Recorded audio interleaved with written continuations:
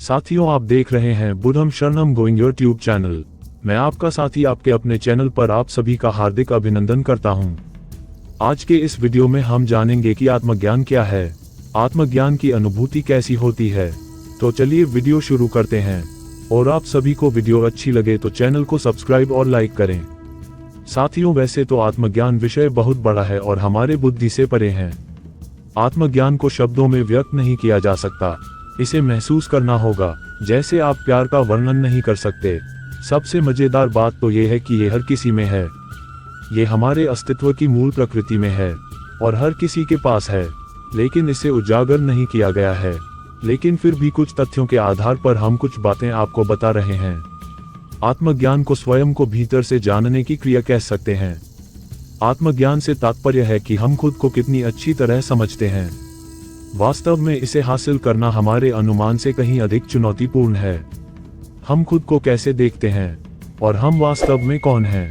सौभाग्य से और समय के प्रयास से और अपनी कमियों को स्वीकार करने की इच्छा के साथ हम अपने वास्तविक स्वरूप को जान सकते हैं।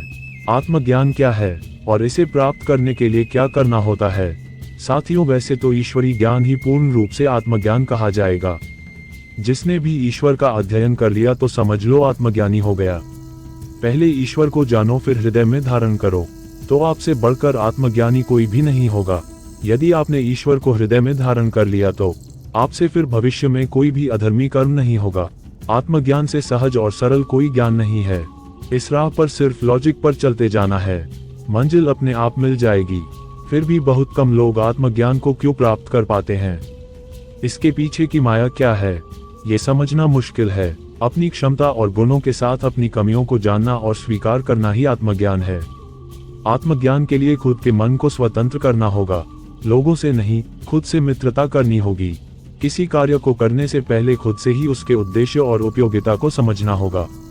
अगर आप अपने द्वारा लिए गए हर निर्णय के लिए यह विचार करने लग गए कि उसके द्वारा आपको नहीं बल्कि किसी अन्य को, समाज को, देश को या दुनिया को क्या लाभ होगा, तो समझो आपने आत्मज्ञान को सुलझा लिया। साथियों, आज की दुनिया में व्यक्ति स्वयं को छोड़कर तमाम तरह के ज्ञान को जानने का स्वांग करता है, लेकिन अपने अंदर के ज्ञान को नहीं पाना चाहता। यदि आप स्वयं को छोड़कर जीवन में सब कुछ प्राप्त कर भी लेते हैं तो आपकी मृत्यु के बाद जो भी आपने अपने जीवन में पाया है वह तो यही रह जाने वाला है। हालांकि कोई भी खुद को नहीं जानना चाहता, सभी यही चाहते हैं कि लोग उन्हें जाने, उनका नाम संसार में शिखर तक पहुंचे। साथियों, आत्मज्ञान का सच्चा अर्थ आत्मा का ज्ञान प्राप्त करना है, लेकिन इसका सही अर्थ है स्वयं को भीतर से देख लेना, जान लेना। हम जिसे देखते हैं वह आपका बाहरी शरीर होता है। आपने स्वयं को कभी भी भीतर से नहीं देखा है। आत्मज्ञान प्राप्त करने का एकमात्र तरीका ध्यान ही है। ध्यान कई प्रकार का होता है। ध्यान ही एकमात्र ऐसा रास्ता है जिससे हम स्वयं तक पहुंच सकते हैं। ध्यान से आप अपनी जो छठी इंद्री है उसे जगाने में सहयोग कर सकते हैं। दरअसल आप ध्यान और ज्ञान की ओर कदम बढ़ाते हुए अंत में स्वयं को प्राप्त कर लेंगे।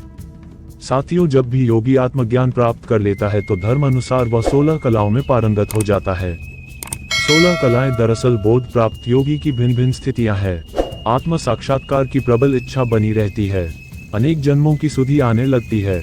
चित्त वृद्धि नष्ट हो जाती है। अहंकार नष्ट हो जाता है। संकल्प विकल्प समाप्त हो जाते हैं। स्वयं के स्वरूप का बोध होने लगता है। आकाश तत्व में पूर्ण नियंत्रण हो जाता है। नींद, भूख, प्यास नहीं लगती। सब परिस्थितियों पर नियंत्रण हो जाता है। मन चेतन इच्छा अनुसार कार्य करते हैं। आपको पूर्णता का अनुभव होता है। फिर भी स्वयं के भीतर से सवाल उठता है कि हम आत्मज्ञान कैसे प्राप्त करें। इसके लिए हमें अपने मन को किसी एक चीज पर केंद्रित करना पड़ेगा। इसके लिए हमें एक समय अभी और जबरदस्त क्षमता और तेज बुद्धिमत्ता भी चाहिए, क्योंकि मन के तल पर विचार, चिंतन और आंतरिक वार्तालाप होगा। आत्मा के परम तत्व को मन बिल्कुल भी नहीं जान सकता है। मन अज्ञानी है। जब आपकी भावनाएं किसी से जुड़ जाती है तो केंद्रित करना आसान हो जाता है, क्योंकि ऊर्जा इस ओर मुड़ जाती है। फिर मन बिल्कुल शांत हो जाएगा। तुम्हारी सारी ऊर्जा तुम्हारे अंदर ही समा जाएंगे। तुम पूरी तरह अंतर प्रकाश हो जाओगे और अंतर्मुखी स्वयं में लीन हो जाओगे। मन का ओरिजिनल स्वरूप शांति स्वरूप है। बुद्धिमान क्या जानता है, और संस्कार भी परिवर्तित हो जाते हैं। परिवर्तन की स्थिति उत्पन्न हो जाती है। मैं कौन हूँ और कहां से आया, तब आत्मा भावातीत और निरंकारी भी बन जाती है। आत्मज्ञान के लिए हमें प्रतीक्षा करनी है और स्वीकार भाव भी होना चाहिए, प्रतिरोध का भाव नहीं होना चाहिए। आत्मा की कृपा से कि हम सब एक हैं, सर्वज्ञ है, शक्तिशाली है। आत्मा का कोई जागरण सपना और दुनिया अवस्था से भी भरी पड़ी है। वह सर्वव्यापी है क्योंकि समस्त ब्रह्मांड उसी से चल रहे हैं। संसार आपको बंधन में डालता है और आत्मा हमको बंधन से मुक्त करते हैं। आत्मज्ञान से हमारा 8वां चक्र जागृत हो जाएगा और हमारा तीसरा नेत्र खुल जाएगा। हमको दिव्या दृष्टि आ जाएगी और हम अपना आदि तथा अनादि स्वरूप को देख सकते हैं। जीवन में बहुत दुख है और दुख का कारण बाहर से नहीं होता है।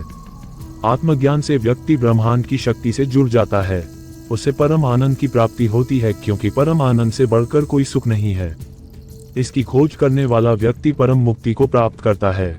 आत्मज्ञान के लिए अपना मार्ग खोजना एक ऐसी यात्रा है जिसे केवल आप ही कर सकते हैं। यदि आप अपना मन कर्मों के प्रति खोलते हैं तो आप निश्चित रूप से अधिक आराम और शांति महसूस करेंगे और आप आत्मज्ञान के थोड़ा और करीब पहुंच सकते हैं।